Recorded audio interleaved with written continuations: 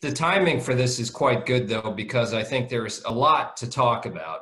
So much is going on right now in the security field around the world that is new and different. And one of the things, when I look back at my tenure for a little over 2 years this time in the Pentagon as the Undersecretary of Defense for Policy, which I left at the end of February, the number of issues and the complexity of them that we are dealing with, both for the United States and as a group with our allies, is a larger and much more complex set of challenges than we faced during my lifetime. And when I would talk to my predecessors or people who were former secretaries of state, former secretaries of defense, they would talk about one or two things that they really actively had to deal with that were major issues, as compared to today, where there's probably at least 9 or 10 that are seriously competing for attention. The one that there's been a lot of discussion about, and I watched a previous broadcast that your group did on the coronavirus pandemic. And of course, that's the obvious one, which has changed our lives so substantially. Witness the fact that we're not together in person. We're still going through that in the United States. Over 2 million cases here in the United States alone, 113,000 deaths as of today, and that will go up. Now, clearly that has affected us in so many ways across the Western world, well, across the entire world. And that's been much discussed, but I do think that will remain a major issue, even if, as expected, there is a vaccine developed for COVID-19.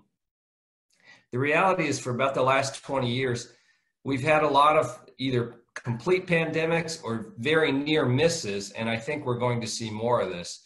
After the SARS outbreak in Asia in 2003, it affected 29 countries. Now, fortunately, those were mostly in Asia, and the number of deaths were not that high. But after all, that's the same virus that we're experiencing today with SARS-CoV-2 or COVID-19. But then we had other near misses with the avian flu and swine flu outbreaks of H1N1. According to the U.S. Centers for Disease Control, somewhere between 175,000 and 570,000 people worldwide were killed during that outbreak. In the United States, we had about 60 million cases, but most of them not fatal, only about 12,000 deaths. And then we've had other things like the Ebola outbreak in Africa, which we sent people from the United States to try to assist with, because there was a recognition that just like a fire, if it's not contained within a localized area, it will spread. So we've gone through about 4 either near misses or pandemic outbreaks now with the COVID-19 activity, and we probably will have more that we've got to collaborate on.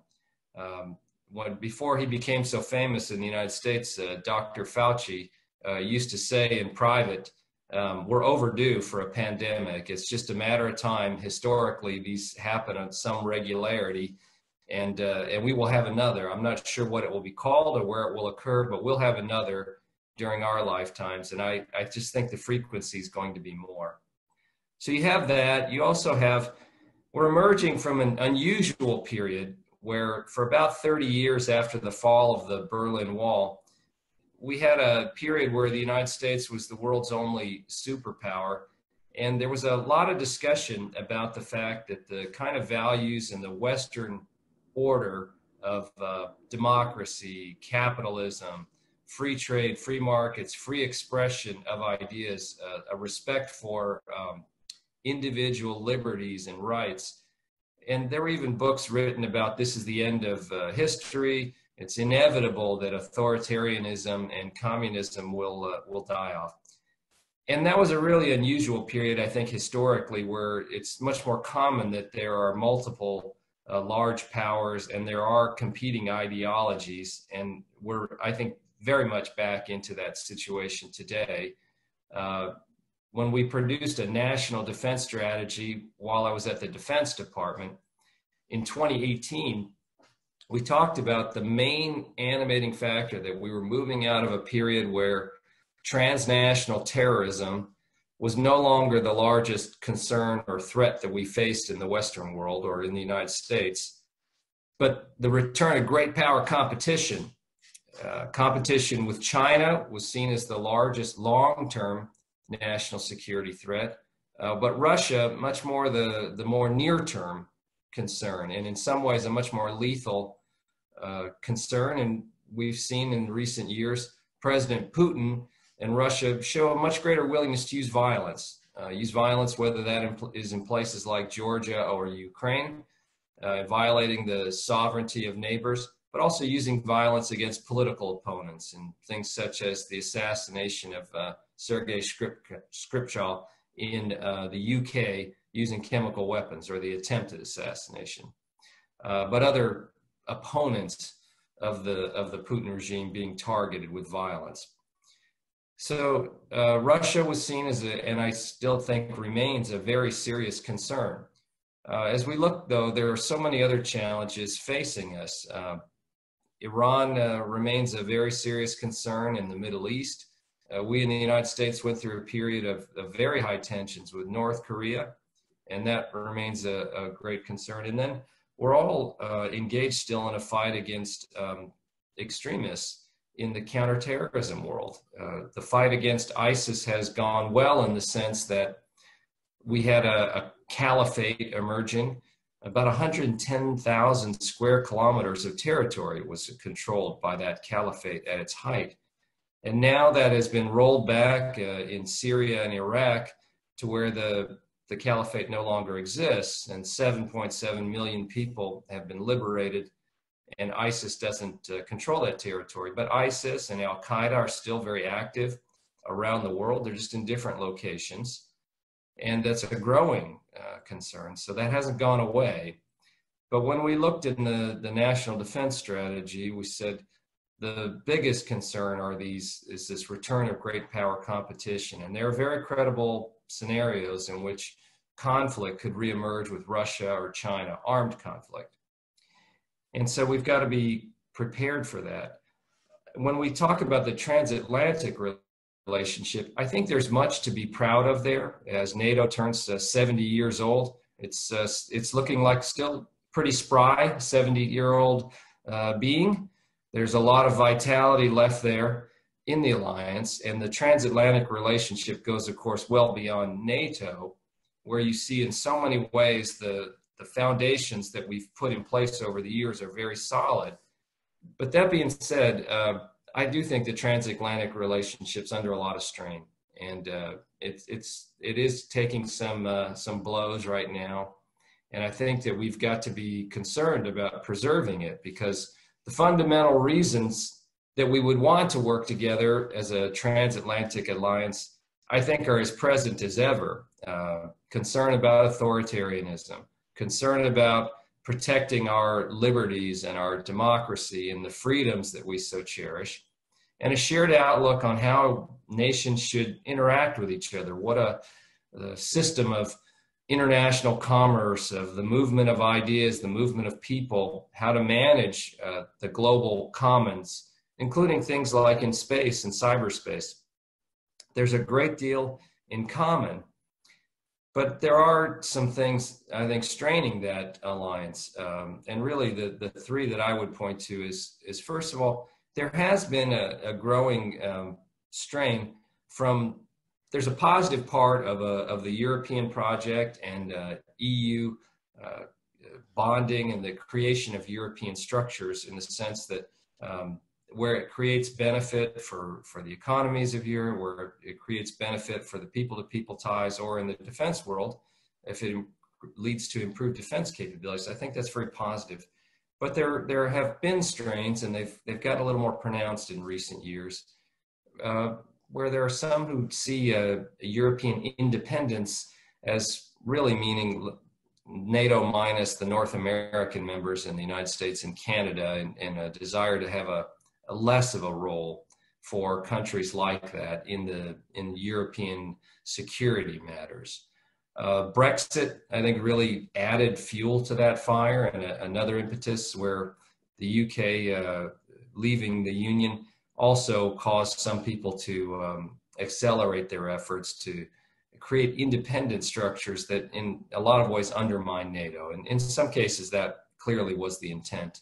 The European Union High Commissioner for Foreign Policy and Defense Matters, Federica Mogherini, I think very much had that intention to undermine NATO and to undermine the U.S. role in Europe.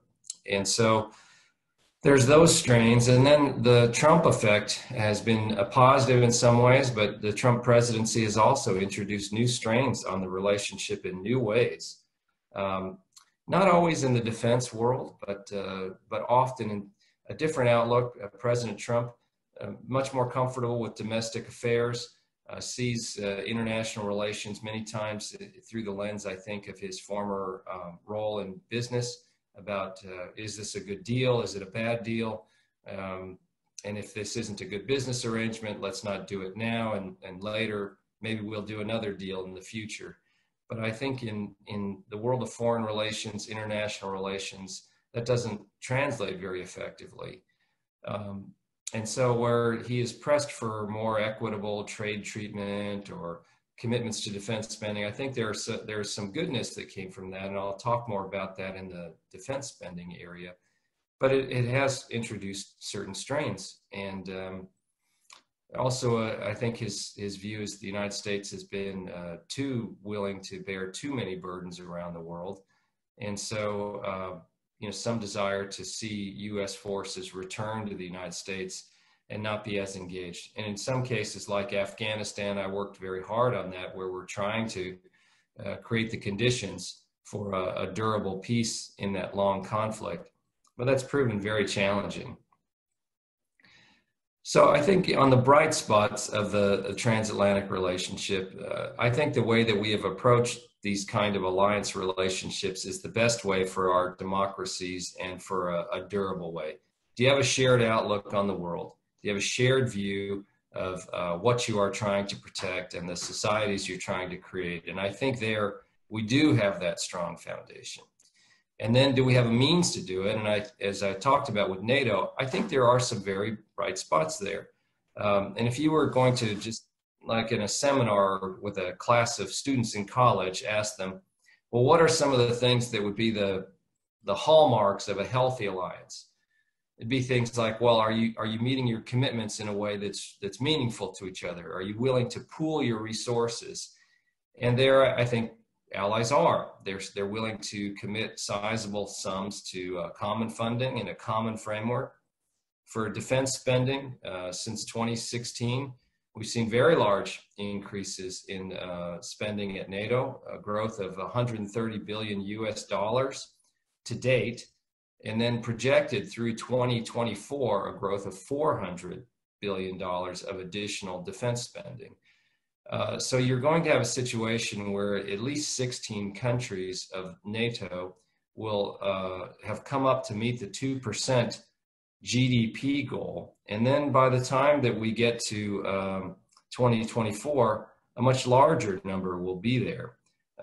We've got about 17 allies on track to meet the 2024 deadline, at least in a very conservative accounting. And some, like Iceland, that doesn't have a military, well, of course, they will never get to 2%, but they're a bit of an unusual one.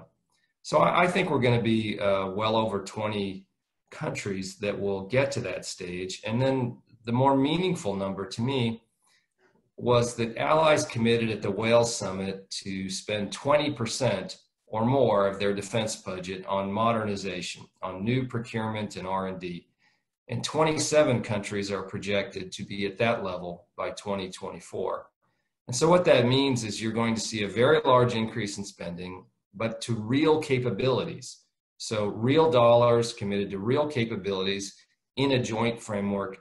And NATO has many capability targets in which it tries to give guidance for where that sort of modernization fund should go. So I think there, the objective measures of merit would say that's very healthy. You'd also say, well, are you willing to do things outside or either in your area of responsibility within Europe together or outside in places like Afghanistan and Iraq? And are you seeing a greater commitment by allies? And there, I think, again, the data shows that's true, where we've gone through the last 3 years requests or discussions at NATO, should we take on greater missions and deploy more troops together overseas? The numbers increased in Afghanistan very substantially by the number of troops committed. And then in the most recent NATO summit, discussion about increasing NATO's role in the Middle East, and again, an agreement to deepen NATO's activities there, principally in Iraq. So those are good signs. And then, are you willing to do more together as militaries within Europe? And there, I think the news is quite good. It's been disrupted by coronavirus, but last year, the Trident Juncture exercise was held. That's the largest NATO military exercise since the end of the Cold War. Allied forces committed over 50,000 troops to that exercise. And we were able to do it in some unique ways. You know, as an example, for the United States, for the first time, we used dynamic force employment where we unexpectedly sent the Truman Carrier Battle Group up to Iceland. And they came with a very large contingent. You had United States Marines conducting exercises to, in a fake way, invade Greenland and things from coming ashore, or excuse me, Iceland, with the permission of the Icelanders. So it's a little different than the Viking landings they may have experienced before.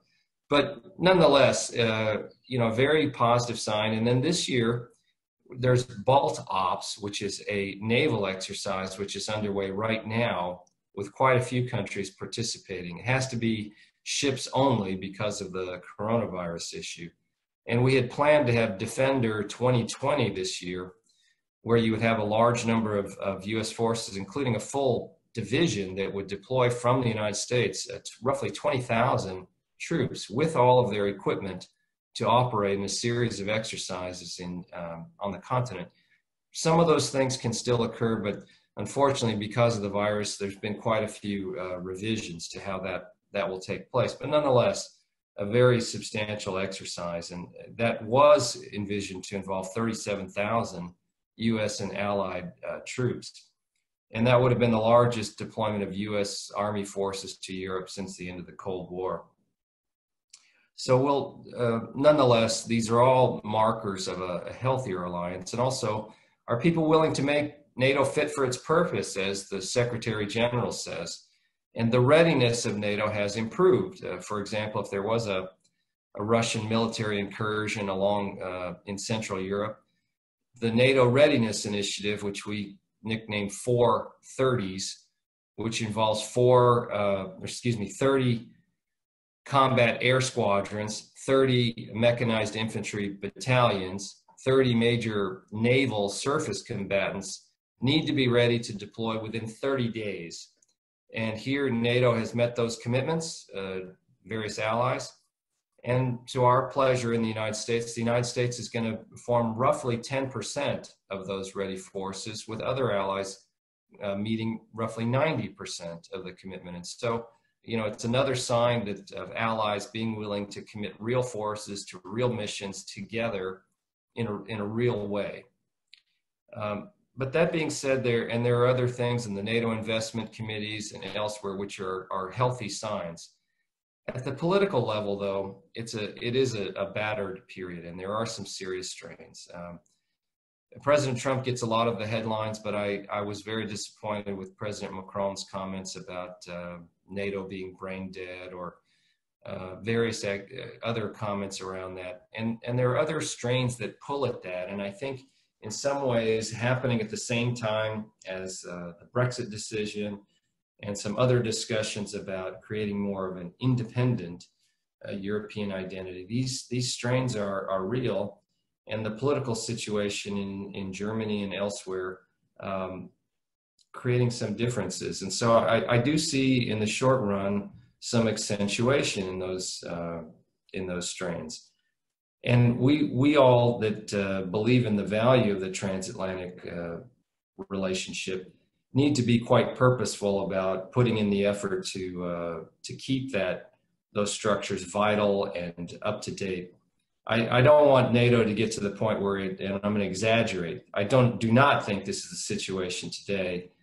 But if we don't take care, it'll be like a dead religion or something, where we chant the same verses and sing the same songs, but to an older, out of use language in a religion that's not, practiced by most of our citizens, if we don't explain the value of this. I think one of the areas where I see some commonality is there's a much greater recognition of the threat that Russia poses. They're very distracted at the moment by the coronavirus spread throughout Russia, but that will pass.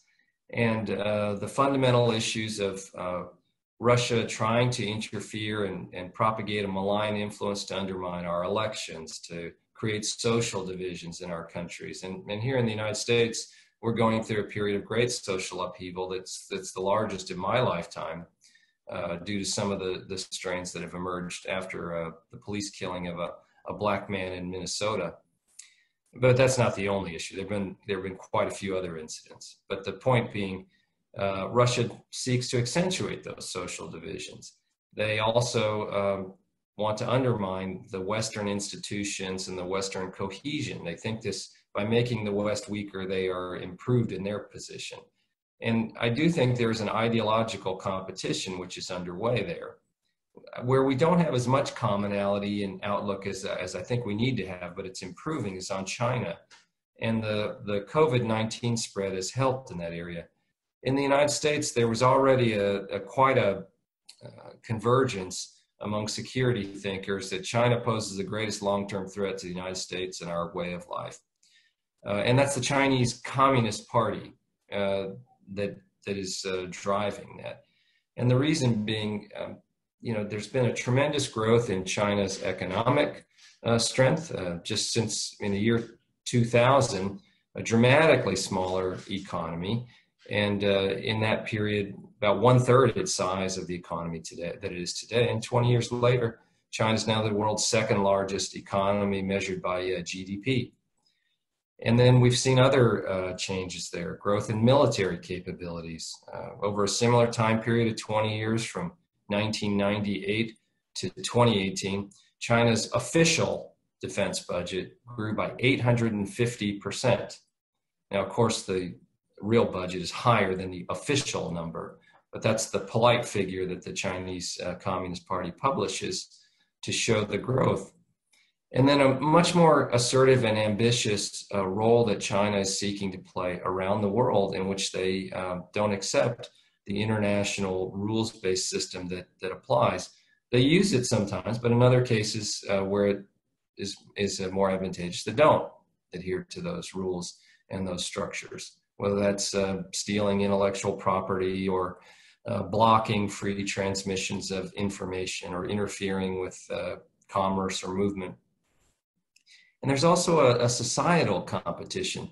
China, I found when I was traveling around the world as Undersecretary of Defense, spreading the message, whether I went to Iceland or Greenland, or I was in the Middle East or Asia or Cuba, wherever I went to, that the United States and the West are in a declining position. Europe is in a declining position.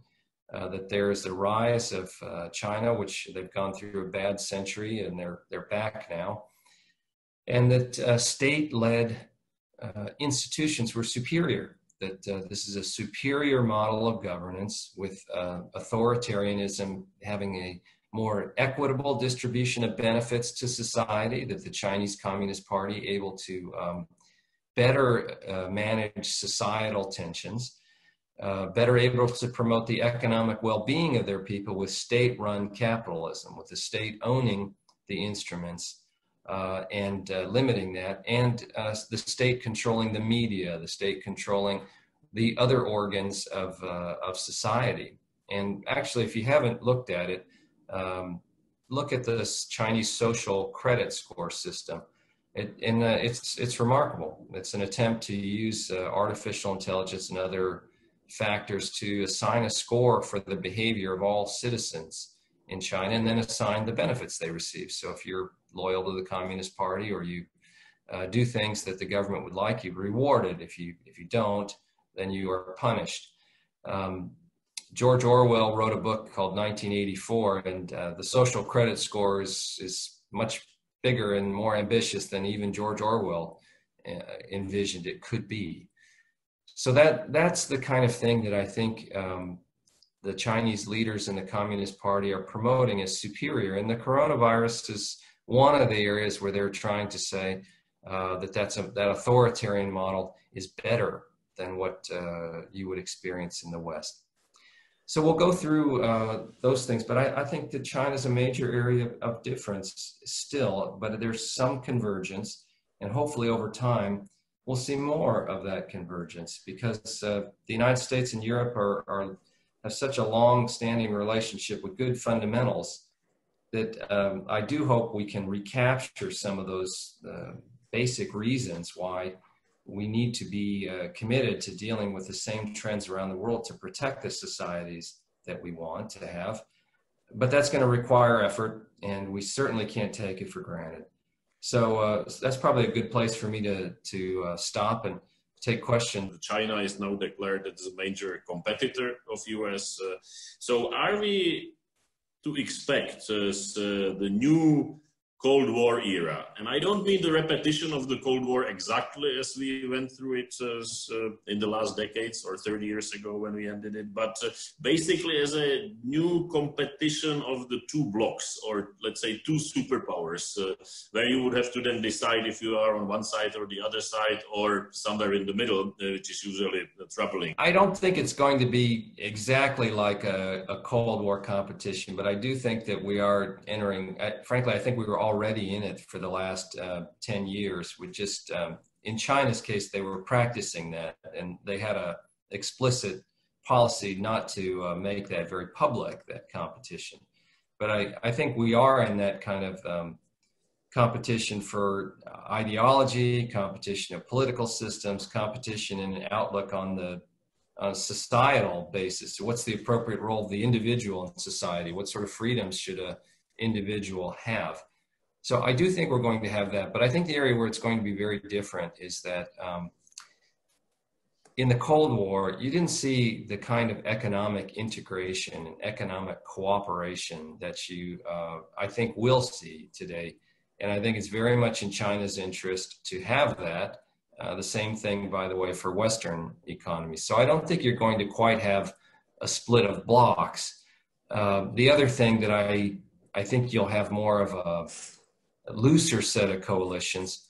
While we have alliance structures that we believe in the United States and in the West, such as NATO, for China, they have not had a mechanism to do that. I think the closest with China and Russia, with the Shanghai Cooperation Organization, they've really struggled because there's not an animating purpose in the same way that NATO has. And where China has struggled to win allies so far is it hasn't proven to be a very attractive or animating ideology to say, let's promote communism with state-run capitalism and authoritarianism to win the hearts and minds of people around the world. What I mostly heard when I was traveling around the world by countries that were increasing their cooperation with China is they would discuss it in business terms. This is an attractive term of offer for a port investment. We received a good commercial bid from China for road construction, or there are reasons of trade. But if you said, well, how do you feel like there's a closeness in the relationship and how you see the world? No, not at all. Or how you might do things together elsewhere in the world. What I heard repeatedly was, well, we're focused on what's going on in our own country, and if there are Chinese investments that can help us in our domestic situation, we're very interested. So there's not a lot of affinity or animating view. In the same way, the Soviet Union promoted communism, of course, and there were adherents. There were countries who believed in that vision. I think history has rendered a verdict that wasn't a very good vision, but I think there was some people that found it attractive. So I do think you're going to see, though, more of a cultural competition too. China's, I'm guessing here, but when they've put a lot of money towards things like cultural promotion, promoting Chinese society, promoting Chinese movie industry, for example. They feel like the United States and the West does very well with cultural expansion, whether it's television, movies, music, different other forms of social media, cultural things, popularity of Western food. So they're trying to stimulate similar things. They haven't been very good at it so far. And I'll be surprised if state-run enterprises are very effective at that, at least in the West, in cultivating that. So I do think we're going through a period of quite some period for competition, though, and promoting different outlooks on the world. And it's a little hard to judge just the level of intensity. I think President Xi, and remember, he's now president for life, President Xi Jinping.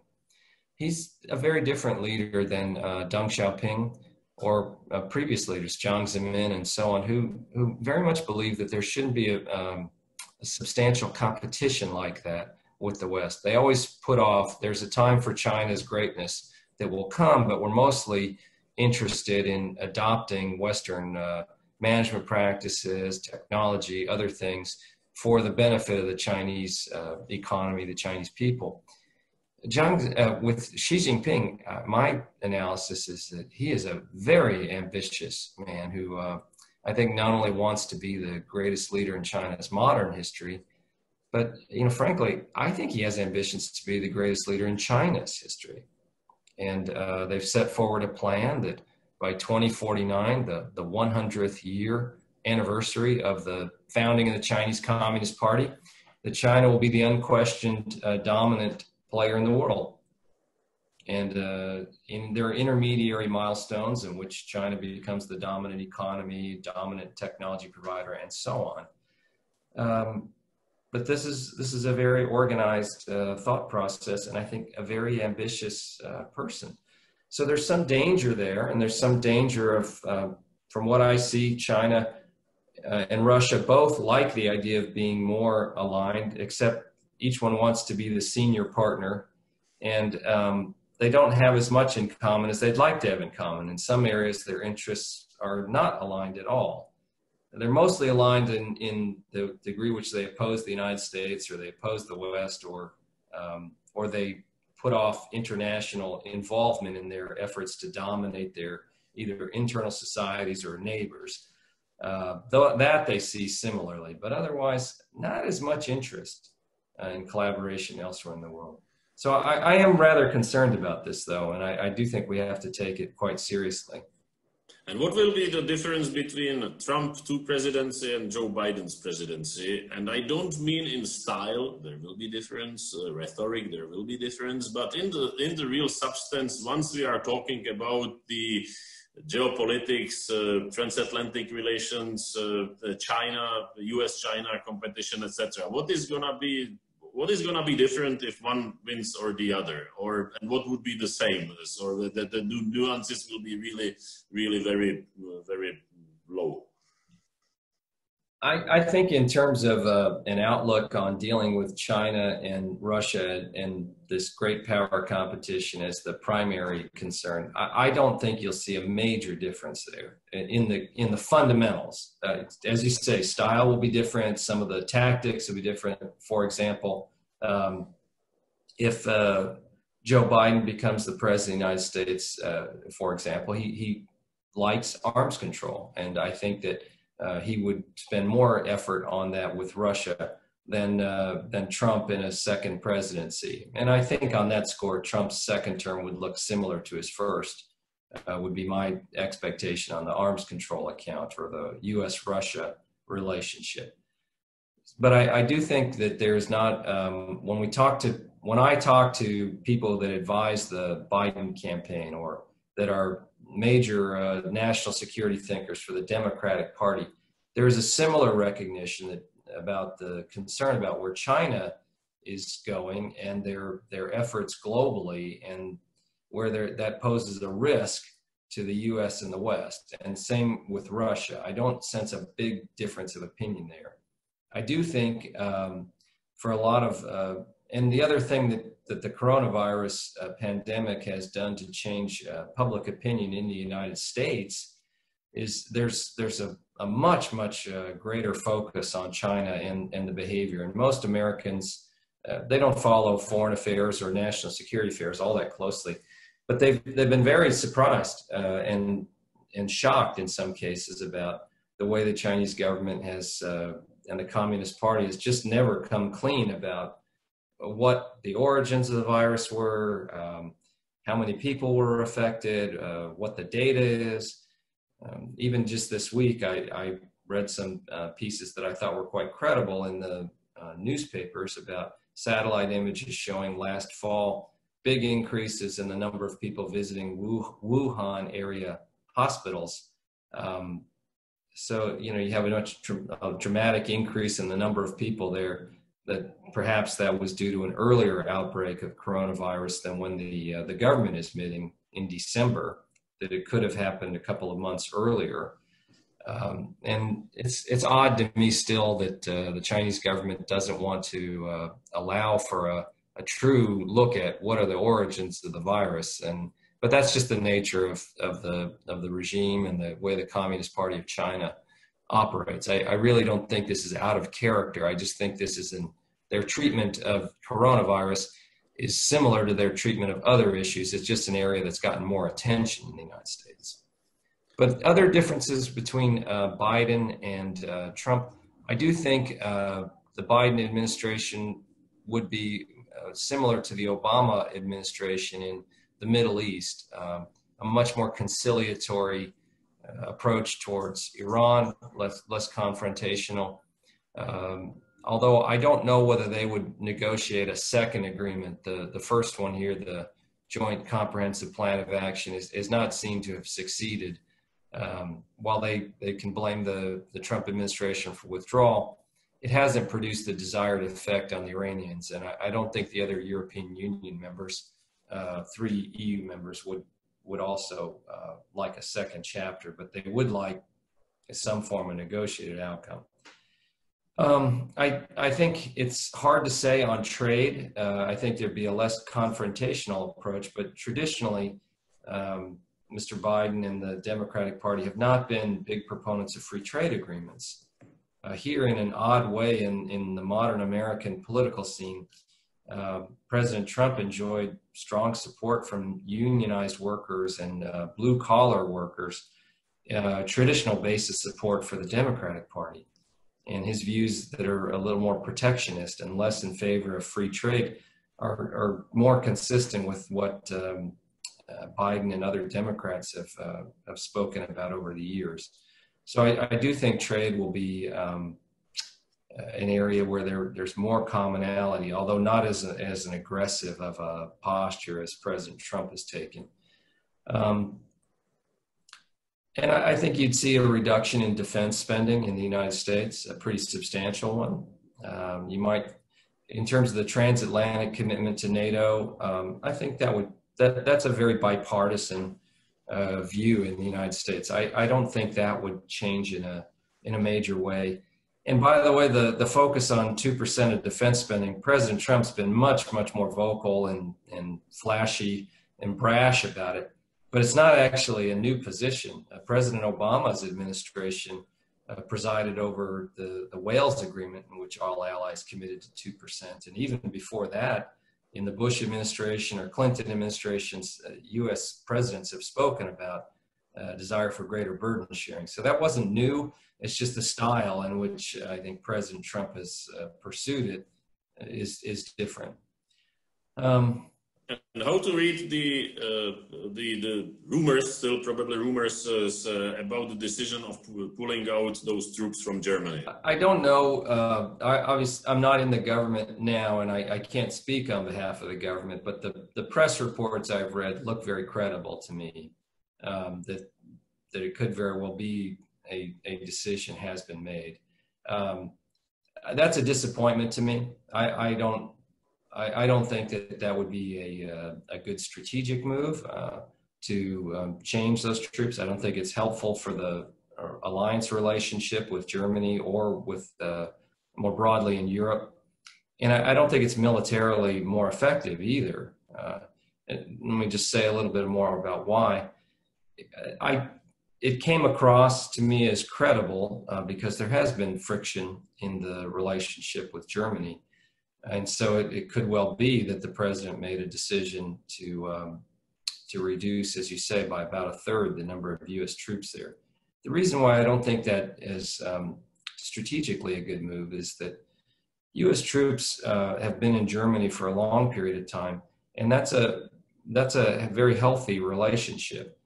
They don't just perform work related to Germany or U.S. relations with Germany or training.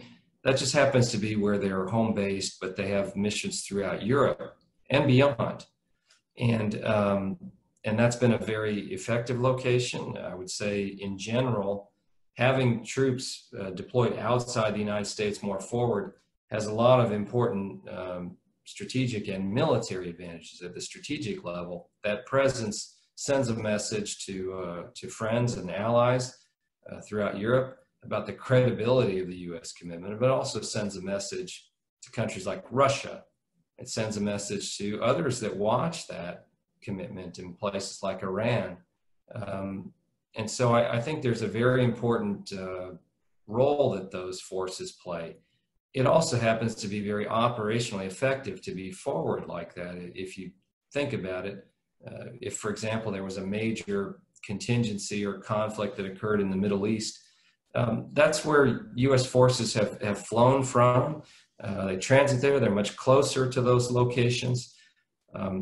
We've had a very nice partnership with the German government in which there are world-class training facilities there, the ability to do excellent medical care.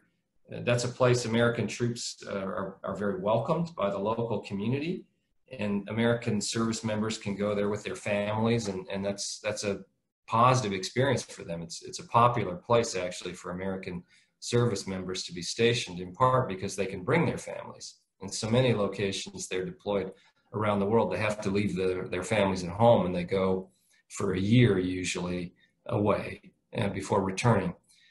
And I know that sounds very simple, but hosting military facilities in your town or village or area is not simple. Mostly they're very good neighbors, and it's good for the economy, but airplanes buzzing by, helicopters buzzing by, the traffic from armored vehicles and things.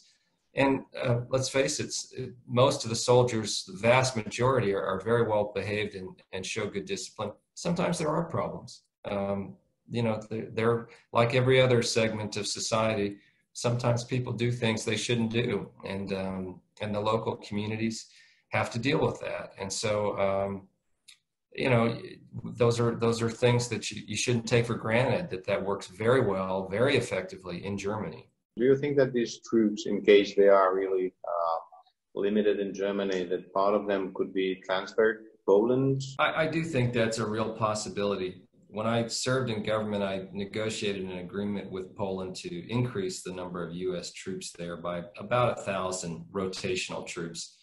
And so I think that's very, very possible that you would see not only the growth to meet that commitment of 1,000, but perhaps more over time, because the Poles, as you say, are very interested in welcoming a larger U.S. troop presence there.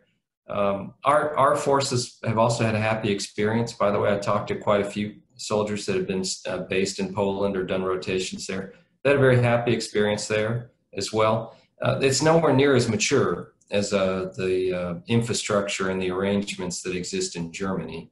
But those things can be put in place over time. And so assuming President Trump made that decision and assuming he's willing to allow enough time for the arrangements to be put in place, I could see some of them being moved to Poland or perhaps elsewhere in Europe. But I think Poland is the most likely location. If these troops will be moved to Poland, what do you think what will be the reaction of Russia? Russia won't react positively. They will have a problem with that. And with the initial announcement that the United States would grow 1,000 additional forces in Poland on a rotational basis, Russia's reaction was negative, but reasonably mild. I think they recognized that, number one, that would take some time to do, and it wasn't immediate. And number two, 1,000 rotational troops doesn't actually threaten the safety of the Russian Federation in any noteworthy way. We did not see that as in any way, violative of the NATO-Russia Founding Act or, stationing of a substantial troop presence on neighboring Russia. On a personal level, I think we should be less respectful of those agreements reached at the NATO-Russia Founding Act, because on the Russian side, they haven't lived up to those obligations. The NATO-Russia Founding Act says things like, you're not going to invade your neighbors. You're going to adhere to the Conventional Forces in Europe Treaty. They're not adhering to any of those obligations. But so I do think there could be some reaction, but I don't anticipate the full roughly 9,000 or 10,000 U.S. troops, assuming that that's the decision, just being picked up and moved from Germany to Poland. I think it would be a fraction of that total. And so I would think the relationship with Russia could be managed where it wasn't a major issue, but they won't like it. They used to complain to me when Tomas and I were negotiating things about the possibility of a radar in the Czech Republic, or we started NATO air policing, and I recall the first patrols involved 4 F-16s from NATO nations over NATO territory, and the Russian chief of general staff complained bitterly, and I told him, well, you're always telling me what an expert military man you are. You mean to tell me you can't find a way to manage the threat from 4 F-16s to the Russian Federation? I mean, let's be serious. This is not a real threat to your security. And they're not even they're flying over their home airspace. Come on, let's be serious. But I do think that it'll be an area of friction. Let me ask you one other question, which is more technological, but linked to defense, security, technology, economy. And that's the case of Huawei as a lakmus paper of the relations or where we are heading to. And it's been put forward as either you have Huawei, meaning that you are not with US, or you don't have Huawei, meaning that you are with US. This simplification. And I think I understand what is behind it. But it can then create some other cracks in the Transatlantic Alliance. But how do you think, as this case of Huawei, how it will evolve and how serious it is for US? I think it will remain a serious issue, and the Huawei issue for the Trump administration, I think, is pretty firmly felt. I do think that I'm speculating, but I expect that a Biden administration would also take it very seriously, because our specialists in the United States think that the vulnerabilities of a network like that from a technical basis would be very large, and that the difference between a so-called private company like Huawei in China and a public one, that it's a very thin line between the government and these companies, and it's a permeable one. There are times where things go back and forth. And so in the assessment of the U.S. security agencies with the changes that 5G would bring, they don't see a technical mitigation that allows you to prevent that data from just being siphoned off in ways you won't be able to tell to China, and so they rank it as a very substantial threat. I will say I'm not surprised that we are experiencing this in telecommunications with China. Early in my career, I was an intelligence analyst, and back in those days, before computers were so widely available, we often used pieces of plastic that were clear, and you put them over maps or photographs, and you would draw on them to mark the major activities. And I feel as though China's sort of done that both in the world and in mapping the high ground, the strategic areas of technology, where they've sort of put a plastic overlay there and said, these are some major areas, the high ground, that we need to occupy. And some of that they've published, like in the China 2025 plan, where they identified the areas where they wanted to dominate economically. And then the state is willing to behave in ways that are not in accordance with the free market, subsidizing industries, giving them preferential treatment, and in fact, stealing technology from their competitors to assist them. And so if we just allow, therefore, our normal market mechanisms to work, that kind of strategy will work very effectively. But you bring up some very important practical points, which is if we just, governments are going to have to behave in non-traditional ways in the West, either to limit competition or to create the right consortiums where there are alternatives to Huawei. And there are alternatives in mostly European and American companies. American companies are mostly making the technology inside these 5G devices. But Nokia, Ericsson, Samsung are further along on the devices themselves than some of their American counterparts.